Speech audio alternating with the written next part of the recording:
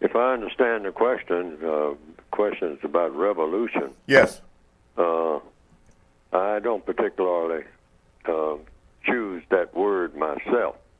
That word was very popular during the 1960s and 70s. Revolution. There was songs written about it and whatnot. And in the spirit, I guess, of what they call the American Revolution and the different revolutions that have taken place down through the ages, I just simply say, replace the system of white supremacy with the system of justice. I chose not to use the term revolution because it's too abstract and it lends itself to too many different types of ideas and whatnot that may not be very focused on what I think should be done. What should be done is that we just solve the problems of the world.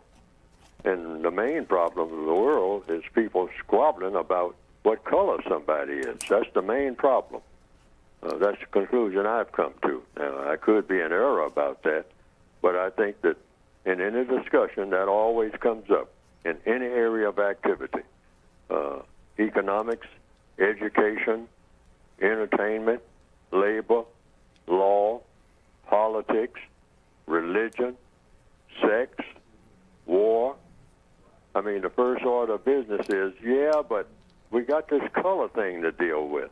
I mean, you know, we're having a labor dispute, and we can resolve it, but how are you going to resolve a labor dispute and you got this color thing that gets in the way? Because when you start talking about labor, you start talking about who the laborers are, what type of labor is going to be.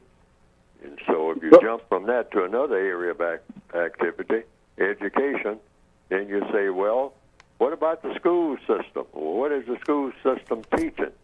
And can white people and non-white people here in 2018, can they even go to the same schools? You're still squabbling about that. This poison comes in everywhere. So we need, before we can do anything that makes sense, you have to replace the entire system of racism. Yes. In the form of white supremacy. But violence is never justified except counter-violence.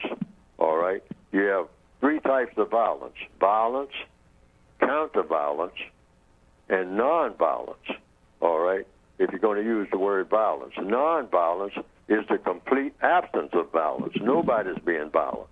All right? But that's not true in the world that we're in. We have violence. And the most vicious, the most powerful form of violence is the system of white supremacy. It's a violent system. Mm-hmm. It's based on violence. And that includes the violence of deception.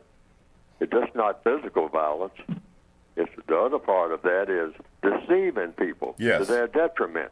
That's a form of violence.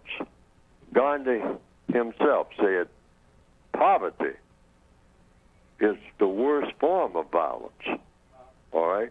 When people put you in a position where you don't have anything, and you always have to be a beggar, and they try to keep you in that beggar state, that's a form of violence. That's one of the worst forms of violence and the most powerful forms of violence because it's so persistent. Okay. All over the world, people are in poverty, people of color.